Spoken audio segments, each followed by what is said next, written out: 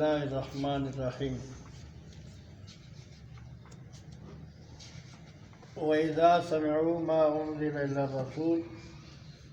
تَرَىٰ أَعْيُنَهُم مِّنَ الدَّمْعِ مِمَّا عَرَفُوا مِنَ الْحَقِّ يَقُولُونَ رَبَّنَا آمَنَّا فَاكْتُبْنَا مَعَ الشَّاهِدِينَ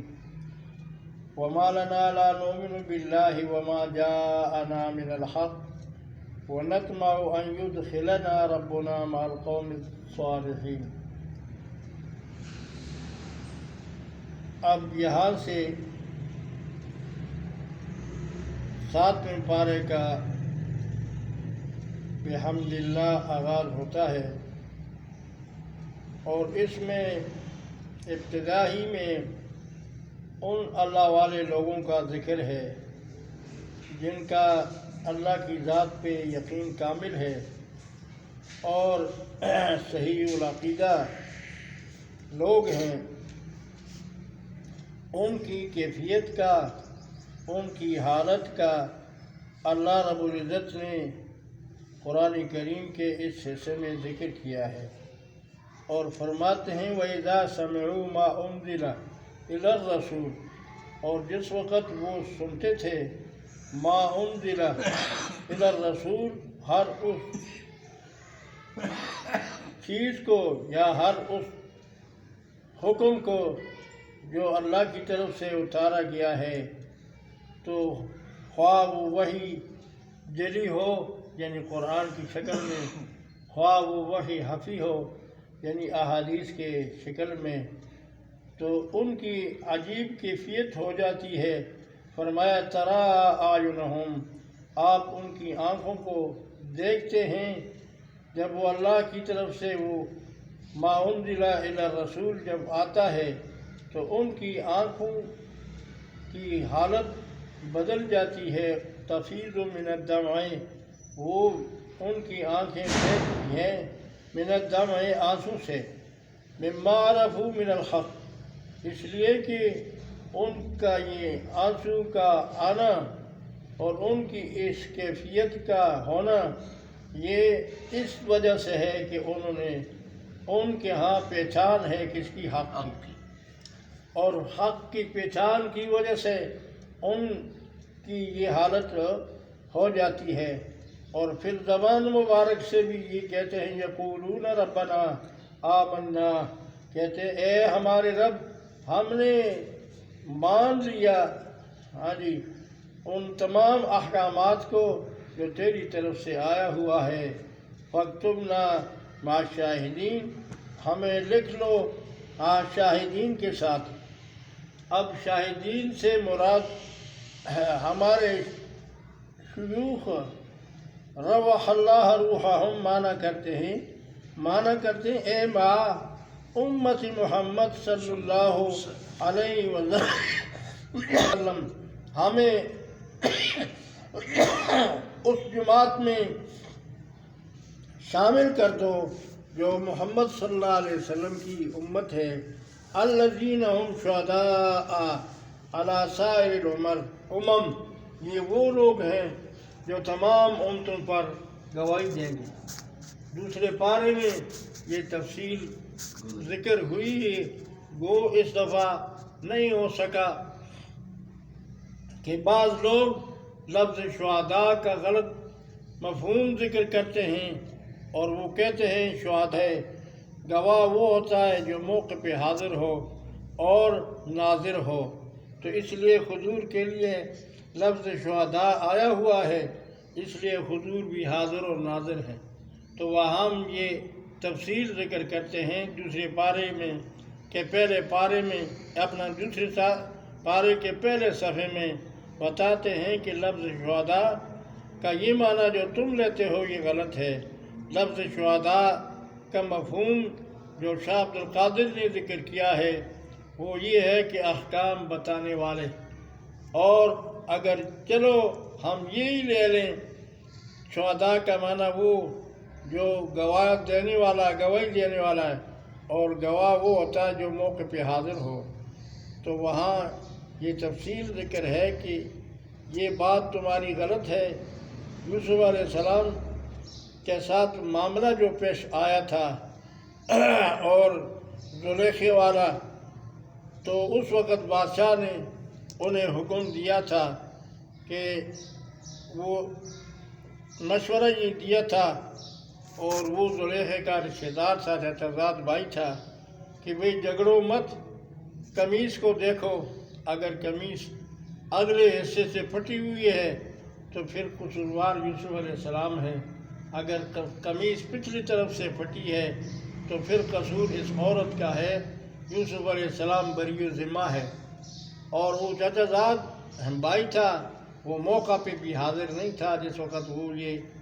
معاملہ کرتے تھے، تو ان کی گواہی بھی پھر ہوئی اور وہ قبول بھی ہوئی۔ پتہ چلا کہ گواہ یہ ضروری نہیں ہے کہ ہر جگہ گواہ موقع پر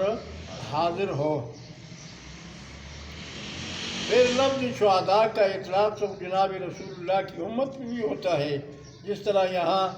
یہ تفسیر کا حوالہ میں دے رہا ہوں تفسیری مدارک کا، کہ حضور صلی اللہ علیہ وسلم کی نوح علیہ السلام سے، نوح علیہ السلام کے وعظ و نصیحت کے بارے میں سوال ہوگا کہ تم نے وعظ و نصیحت کیا ہے اے میرے پیغمبر نوح علیہ السلام؟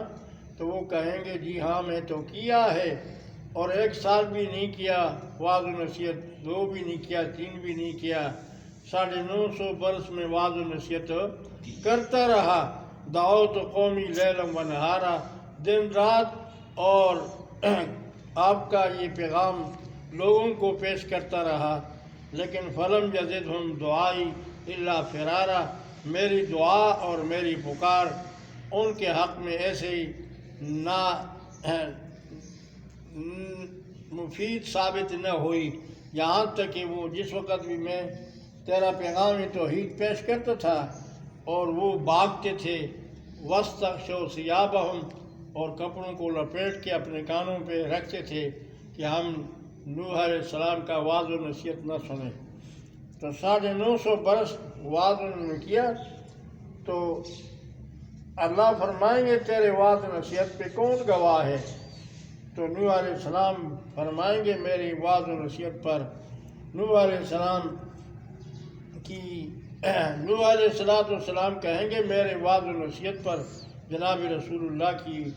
امت گواہ ہے، تو یہ گواہی دیں گے، اور وہ اعتراض کریں گے کہ یہ تو اس وقت تھے نہیں، جس طرح ان لوگوں کا یہ نظریہ ہے۔ تو جس وقت یہ گواہی دیں گے تو ان کی گواہی بھی قبول ہوگی۔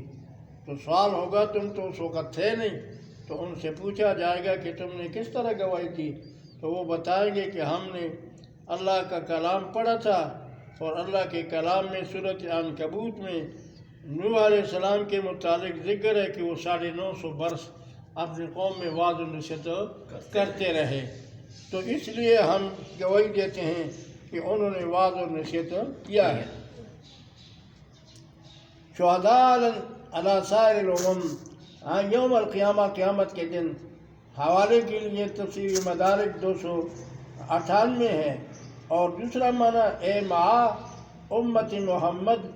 صلی اللہ علیہ وسلم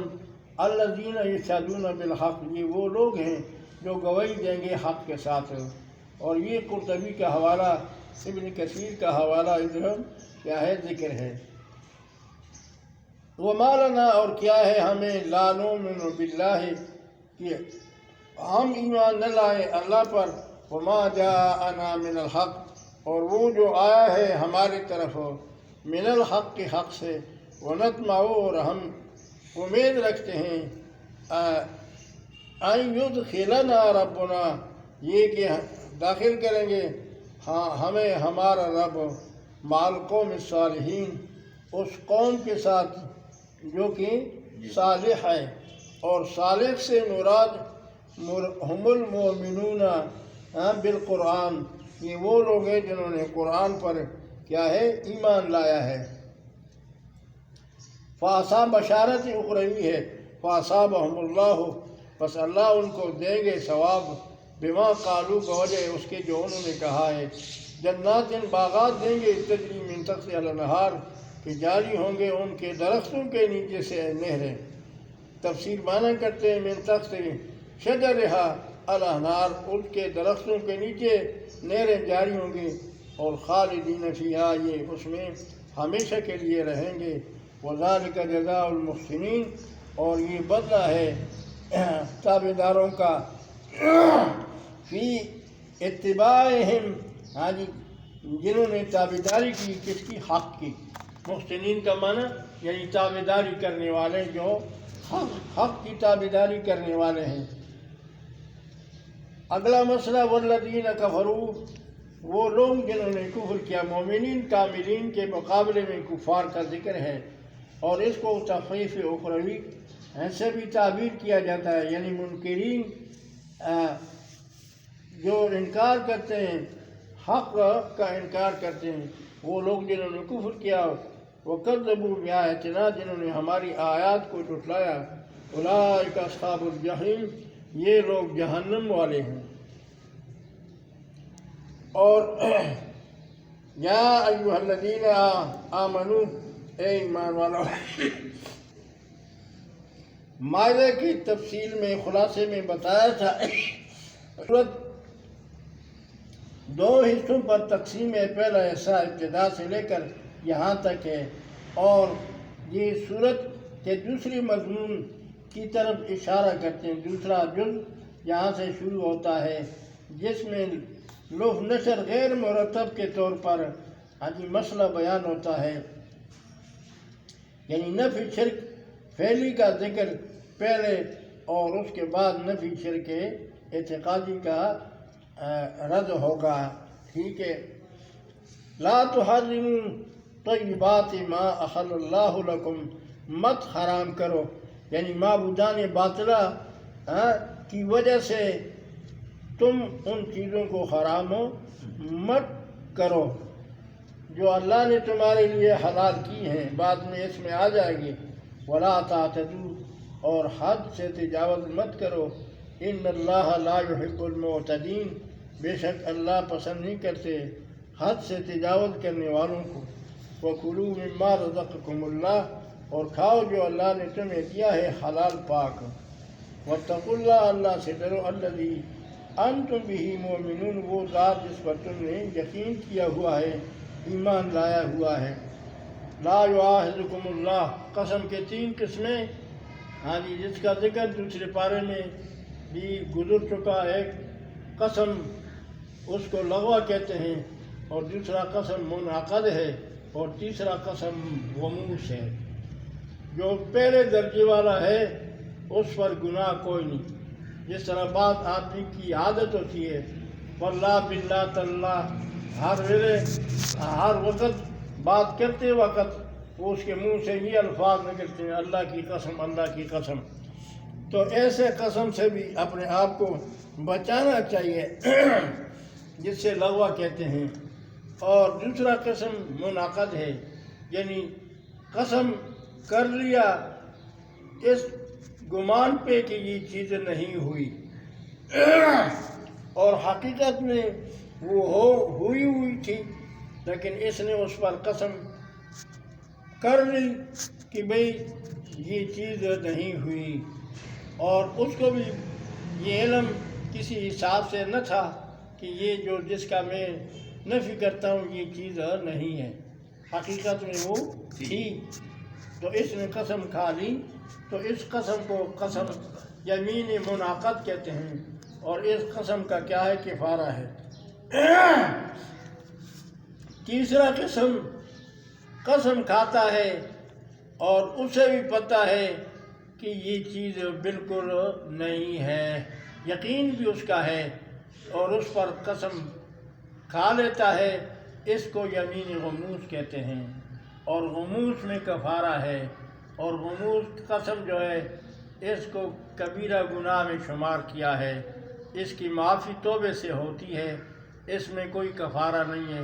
صرف منعقد میں کیا ہے کفارہ ہے اور منعقد کا کفارہ جو ہے سب سے آخری ڈگری 3 روزے ہیں لگاتار جو بعد میں آ رہا ہے نہیں پکڑتے اللہ اس قسم پر جس کو لغوہ کہتے ہیں وَلَٰكِنْ يُؤَاخِذُكُمْ بِمَا عَقَدتُّمُ الْأَيْمَانَ لیکن اللہ گرفت کرتے ہیں اس قسم پر جو تم دل سے کیا ہے کرتے ہو کہتے ہیں یہ آیت نازل ہوئی ہے عبداللہ ابن رواحہ کے متعلق، اور فرمایا فکفارتہ،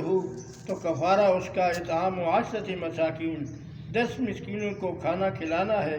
من اوسط ما تطعمون، درمیانہ وہ کھانا جو تم اپنی بیوی بچوں کو کھلاتے ہو، اور کسوتہم، یا ان کو کپڑے پہنانے ہیں، اور تحریر رقبہ، یا غلام کو آزاد کرنا ہے۔ اور یہ وہ مسئلہ آ گیا، کل کے درس میں بھی بتایا تھا کہ غلام ایک پکڑ لو عام غلام کو اور اس کو آزاد کر لو، اس میں مومن غلام کی شرط کوئی نہیں ہے۔ وہ تیسرے پارے میں جہاں قتل ایک انسان کر لے، دوسری مسلمان کو خطائی سے قتل کر لے، تو اس کا وہاں کفارہ بتایا تھا کہ مومن غلام کو قتل کیا کرے گا، کفارہ مومن کا دے گا۔ اور اس کے علاوہ ہمارے حنفیوں کے نزدیک کسی جگہ میں کسی جرمانے میں غلام کا آزاد کرنا وہ عام غلام کا ذکر ہے، اس میں مومن کی شرط کوئی نہیں۔ شافعی رحمہ اللہ کا مسلک ہے کہ وہ مومن غلام تلاش کرے گا۔ فَمَن لَّمْ يَجِدْ فَصِيَامُ 3 ایام، جس کو طاقت نہیں ہے 10 مسکینوں کو کھانے کھلانے کی اور کپڑے پہنانے کی، غلام کے آزاد کرنے کی، تو وصیام 3 ایام، اس کے لیے چاہیے کہ وہ 3 دن روزے رکھے، متتابعات، لگاتار رکھیں گے۔ اور یہ حدیث سے ثابت ہے، جس طرح جو حدیث عبداللہ ابن مسعود سے نقل ہے، جیسا کہ تفسیر کبیر صفحہ 77 جلد نمبر 12 میں ذکر ہے، اور اس طرح مظہری کے حوالے سے بھی یہ بات ذکر ہے۔ یہ کفارہ ہے تمہارے قسم کا، اذا خلفتم، جب کہ تم قسم کھاتے ہو، واحفظوا ایمانکم، اپنے قسم کی حفاظت کرو، یعنی اس طرح اس کو جو ہے نا اپنی زبان پہ ہر وقت واللہ باللہ تاللہ کی یہ عادت نہ بناؤ۔ اس طرح اللہ بیان کرتے ہیں تمہارے لیے اپنی آیات، لعلکم تشکرون، اس لیے کہ تم شکریہ ادا کرو اللہ رب العزت کی ذات کا۔ یا ایھا الذین آمنوا، اے ایمان والو، یہ اب آخری حکم آ گیا۔ پہلا حکم دوسرے پارے میں ذکر تھا، یسألونک عن الخمر والمیسر قل فیہما، کہہ دیجیے میرے پیغمبر اس میں گناہ ہے، وہ اسم فائدہ بھی ہے، وہ اسمہما گناہ بھی ہے، لیکن ایک انسان نہیں کھاتا اور نہیں کرتا تو یہ بہتر ہے، لیکن اجازت تھی۔ یسألونک عن الخمر والمیسر قل فیہما اسم کبیر ومنافع للناس، اور فائدے بھی ہے لوگوں کے لیے، لیکن جو گناہ ہے وہ بہت کیا ہے، زیادہ ہے۔ تو جو کامل درجے کے لوگ تھے وہ اس وقت رک گئے کہ بھئی گناہ زیادہ ہے اور ثواب جو ہے نا کیا ہے، کم ہے، تو کیا ضرورت ہے کہ ہم شراب اور جوا کریں، شراب پئیں اور جوا کریں۔ پھر 5ویں پارے میں آیت اس وقت حکمت نزول، حضرت علی نے، عبد الرحمن ابن عوف نے کھانا تیار کیا تھا اور صحابہ کرام کو کھانا دیا، اور کھانے کے بعد اس وقت شراب منع نہ تھی، تو انہوں نے شراب کھانے کے بعد پیا، اور اس کے بعد نماز کا ٹائم آ گیا تو نماز کو حضرت علی کے ذمہ لگا دیا گیا۔ حضرت علی نے نماز جب پڑھتے تھے قرأت میں کچھ سے کچھ کہنے لگ گئے، جہاں لا نہیں تھا وہاں لا کا ذکر کر دیا، لا اعبد، وہاں کہا اعبد ما تعبدون۔ قرآن تو کہتا ہے لا اعبد ما تعبدون، میں عبادت ان معبودان باطلہ کی نہیں کرتا جن کی تم کرتے ہو اللہ کے علاوہ، لیکن انہوں نے لا کی جگہ کیا، اعبد کر دیا۔ تو آیت نازل ہو گئی، ایمان والو لا تقربوا الصلاۃ وانتم سکارى، نماز کی طرف نہ قریب جاؤ جب کہ تم حالت نشے میں ہو، حتی تعلموا ما تقولون، یہاں تک کہ اس وقت جس وقت تک تمہیں اپنی حالت کا پتہ نہ ہو اس وقت تک تم نماز کی طرف قریب نہ جاؤ۔ تو پھر بھی منع نہیں تھا، نماز کے اوقات کے علاوہ باقی بھی کئی اوقات تھے، جس طرح عشاء کی نماز پڑھ لی اور اس کے بعد عشاء سے لے کر صبح صادق تک یہ اتنا لمبا ٹائم جو تھا اس میں وہ پی سکتے تھے، کھا سکتے تھے۔ لیکن جس وقت یہ آیت نازل ہو گئی تو سارے مسئلے ختم ہو گئے، اور اس میں ذکر ہے کہ بھئی جس وقت یہ آیت نازل ہو گئی تو وہ جتنی مٹ وغیرہ تھے جس میں شراب بنایا کرتے تھے وہ سب کو انہوں نے توڑ دیا اور گلیوں میں وہ شراب پینے لگے۔ یا ایھا الذین آمنوا، اے ایمان والو، بے شک شراب اور جوا، والانصاب اور بتوں کے نام پہ تقسیم کرنا، والازلام اور تیروں سے، رجس من عمل شیطان، یہ نہایت گندی چیز ہے، شیطان کا کیا ہے؟ عمل ہے۔ اور حضرت شیخ اس کا معنی کرتے تھے کہ یہ ایسا ہے، رجسن یعنی یہ ٹٹی ہے، یعنی گوں ہے، پنجابی ترجمہ کرتے تھے کہ وہ پلیتی ہے۔ فاجتنبوہ، اس سے بعد آ جاؤ، لعلکم تفلحون، اس لیے کہ تم کامیاب ہو جاؤ۔ انما یرید الشیطان، یہ تو شیطان چاہتا ہے، شیطان چاہتا ہے این یوقع بینکم العداوہ، کہ وہ تم میں دشمنیاں ڈالتا ہے، والبغضاء اور بغض شراب اور جوئے میں، ویصدکم عن ذکر اللہ، اور وہ روکتا ہے تمہیں اللہ کی توحید سے اور نماز سے۔ فہل انتم منتہون، کیا تم ہو منع ہونے والے؟ یعنی دھمکی والا حکم دے دیا، اس میں بہت عظیم اشارہ ہے، کیا تم رکنے والے ہو اس سے؟ یعنی کیا منع، رک جاؤ اس سے۔ وَأَطِیعُوا اللَّهَ وَأَطِیعُوا الرَّسُولَ، اللہ کا حکم مان لو اور رسول اللہ صلی اللہ علیہ وسلم کا حکم بھی مان لو، وَاحْذَرُوا، اور اسی سے ڈرو۔ فَإِن تَوَلَّیْتُمْ، اگر تم پھر گئے، تفسیر معنی کرتے ہیں ھذا تحدید عظیم، یہ سخت جھڑکنا ہے، ووعید شدید فی حق من خالف، بیچ حق ان لوگوں کے جو مخالفت کرتے ہیں اس سے، کہ اللہ نے منع کیا اور باوجود اس کے وہ پھر بھی شراب پیتے ہیں، باوجود اس کے پھر بھی وہ جوا کھیلتے ہیں۔ فَإِن تَوَلَّیْتُمْ، اگر تم پھر گئے، فَاعْلَمُوا، جان لو، اَنَّمَا عَلَىٰ رَسُولِنَا الْبَلَاغُ الْمُبِینُ، سن لو میرے رسول پر پہنچانا ظاہر ہے، اس لیے کہ رسول پر منوانا تو اس کا ذمہ نہیں بلکہ پہنچوانا ہے، ظاہر ہے۔ لیس علی الذین آمنوا، نہیں ان لوگوں پر جنہوں نے ایمان لایا، عمل صالح کیا، گناہ فی ما طعموا، اس میں جب کہ وہ پہلے سے کھا چکے ہیں، اذا متقوا، جس وقت انہوں نے اپنے آپ کو بچایا اور ایمان لایا اور عمل صالح کیا، ثم اتقوا، پھر اپنے آپ کو انہوں نے بچایا، اس میں یعنی حکم ہے کہ پھر اس کے قریب یعنی استقامت مراد ہے، ثم اتقوا، پھر ڈرے یعنی عن الشرک، شرک سے، اور وہ آمن ایمان لایا، ثم اتقوا، پھر اپنے آپ کو بچایا اتقاء سے، مراد اتقاء کامل مراد ہے، تفصیل معنی کرتے ہیں احسان کرو، اللہ پسند کرتے ہیں احسان کرنے والوں کو۔ یا ایھا الذین آمنوا، اے ایمان والو، لیبلونکم اللہ بشیء من الصید، اللہ تم سے امتحان لیتے ہیں ایک چیز کا، شکار سے، تنالہ، جب کہ پہنچ جائے،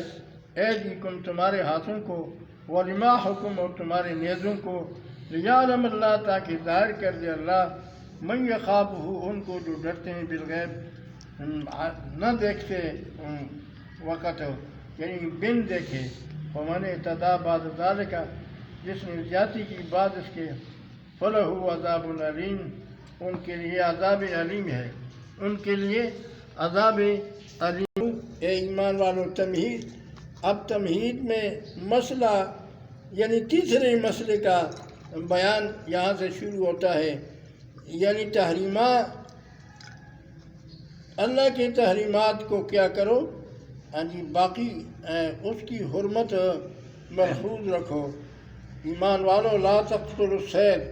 مت قتل کرو شکار کو، وانتم حرم، جبکہ تم حالت ومن قتلہ، اور جس نے قتل کیا، منکم تم میں سے ارادے سے، فجزاء مثل ما قتل من النعام، تو بدلہ اس کا مثل اس کے ہے جو قتل کیا ہے شکار سے۔ اور اس میں شافعی کا رحمہ اللہ کا اور امام ابو حنیفہ کا بہت بڑا مسئلہ ہے۔ یہ امام ابو حنیفہ رحمہ اللہ کہتے ہیں کہ مثل سوری ہو یا مانعی ہو تم دے سکتے ہو، شافعی رحمہ اللہ کہتے ہیں کہ مثل سوری کا کوشش کرو گے تو اس پہ وہ حدیث امام ابو حنیفہ پیش کرتے ہیں کہ ایک ٹڈی ایک آدمی نے محرم نے شکار کیا تو اس کے بدلے وہ کھجور صدقہ کر دے تو یہ اسی لیے کیا ہے، بہتر ہے۔ ثمرۃ خیر من جراد، حدیث کے الفاظ ہے کہ کھجور بہتر ہے کس سے، اس ٹڈی سے۔ تو مثل سے مراد حنفیوں کے نزدیک مثل کیا ہے، سوری نہیں ہے کہ ہر جگہ اس کی مثل ہاں جی جسم میں بڑے ہونے میں چھوٹے ہونے میں دیکھنا یہ مشکل پڑ جائے گا، اس لیے جہاں مثل نہ ملے تو قیمت اس کی دے دے، دو انصافدار مرد فیصلہ کر لے تو وہ اس کا کیا ہے، بدلہ ہے۔ حجم بالغ القاب، ہدیہ دے پہنچنے والا کعبے کو، او کفارتن طعام مساکین، یا کفارہ کھانا کھلانا مسکین کا، یا اس کے مطابق روزے رکھے تاکہ چکھیں وبال کام کا۔ عفا اللہ عما سلف، اللہ نے معاف کر دیا وہ جو پہلے آپ سے ہو چکا ہے۔ ومن عاد، جو لوٹا آیا، فینتقم اللہ منہ، اللہ بدلے لیں گے ان سے، واللہ عزیز ذو انتقام، اور اللہ غالب ہے اور حکمت والا ہے۔ احل لکم صید البحر، حلال کیا گیا ہے تمہارے لیے شکار دریاب کا، وطعامہ، اور کھانا اس کا، متاع لکم، یہ فائدہ ہے تمہارے لیے، وللسیارہ، اور مسافروں کے لیے۔ وحرم علیکم صید البر، اور حرام کیا گیا تم پر شکار خشکی کا، ما دمتم حرمات، جس وقت تک تم حالت احرام میں ہو۔ واتقوا اللہ، اللہ سے ڈرو، الذی الیہ تحشرون، وہ ذات جس کی طرف تم اکٹھے کیے جاؤ گے۔ اور اس پہ وہ واقعہ جناب رسول اللہ کا حدیث کا یہ ابن کثیر نے آج یہ ذکر کیا ہے، 103 صفحہ ہے یہ،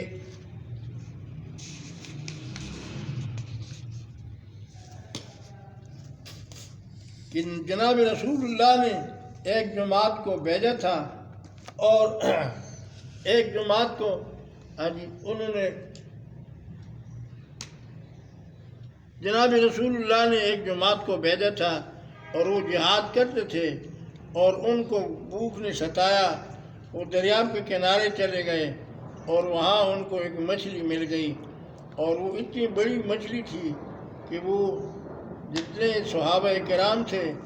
ان سب نے اس سے کھایا، اور پھر بھی وہ کیا ہے، بچ گئی۔ یہ 103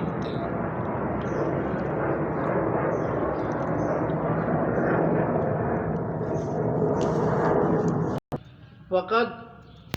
وجدنا، ہم نے پایا، حقدما حین فتیت، ٹھیک ہے، قال ثم انتہینا الی البحر، صحابی کہتا ہے پھر ہم دریاب کی طرف ہم چلے گئے اور دریاب کے کنارے پر ہم پہنچ گئے، ٹھیک ہے۔ فکان یومن قلیلاً قلیل، تو خیر بہت آگے چلا ہوا ہے، تفصیل ہے کہ قال ثم، پھر ہم آگے دریاب کی طرف، فیضا خوتن، اچانک ایک مچھلی جو ہے نا وہ ہمیں مل گئی، مثل ضرب، یعنی اتنے بڑی مچھلی ہے جس کا حوالہ انہوں نے دیا کہ بھئی، اور پھر آگے حدیث میں آتا ہے کہ ایک صحابی گھوڑے پہ سوار ہوا اور اس کے ہڈی اتنی اونچی تھی کہ وہ گھوڑے پہ سوار تھا اور اس کا سر ہڈی سے نہیں لگا اور اس کے نیچے سے کہ وہ کیا ہو گیا، گزر گیا۔ فَأَكَلَ مِنْهُ ذَلِكَ الْجَيْشُ ثَمَانِيَةَ عَشَرَ لَيْلَةً، اس پوری لشکر نے 18 راتیں وہ مچھلی کھاتے رہے۔ ثم امر ابو عبیدہ، پھر حکم دیا ابو عبیدہ نے، بذل عین، اس کی ان پسلیوں کا، مچھلی کے اس پسلیوں کا، من اضلاعہ، فنصبا، انہیں کھڑا کیا، ثم امر، پھر حکم دیا، براحلۃ، ایک سواری پہ سوار آدمی کا، فرحلت ومرت تحتہا، تو وہ اس پر سوار ہوا اور اس ہڈیوں کے نیچے سے کیا ہے، گزر گیا۔ فلم تصبھا، اور اس کا سر جو تھا اس ہڈی کے نیچے تھا، اس ہڈی کے